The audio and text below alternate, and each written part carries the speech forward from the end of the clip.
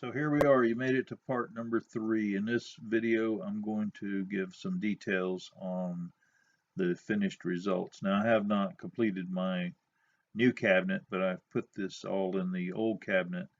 And of course, it's dusty in my workshop, so the glass is not clean, the mirror is not clean, so don't mind the dust. But as you can see, here we have my bulb layout, 1, 2, 3, 4, and then 1, 2, 3, 4, and 1, 2, 3, 4. So I'm using 4 circuits. I'm using 2 sets of relays. There's 2 relays on a board, so I'm using 4 relays in total.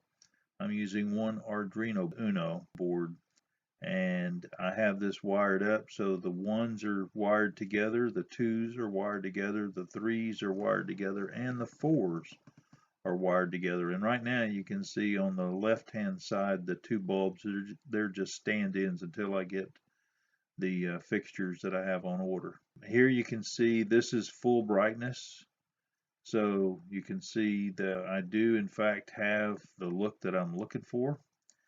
But here in a moment I'm going to make that look even better. I'm using a router speed controller, which is nothing more than a dimmer switch. And so I turn it from 0 to 10, and I turn it back to 8. And that's going to be the look you're going to see here in just a moment, which will be right here. Now I've dimmed it down to 8, and you can see now it's not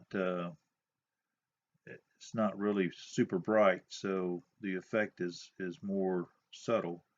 And you can see I have the lights chasing left and right, and then the flash. Now what I'm going to do is alter my pattern here. I'm going to, instead of having that chase like it is, it only does it about maybe 8 or 10 times and then goes in the other direction and then flashes.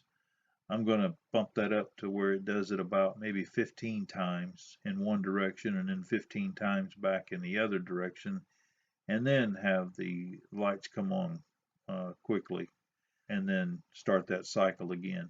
So with all that said, I'm going to put all the information down in the description of where I got the parts and what I got. So if you have any questions, you can send me an email or leave a comment and I will get back to you. Also, if you want to do this project and you don't want to do the code or don't want to write the code, that's no problem. I'm happy to share the code that I wind up with. So either way, if you need something and I can help you, I'm glad to do so.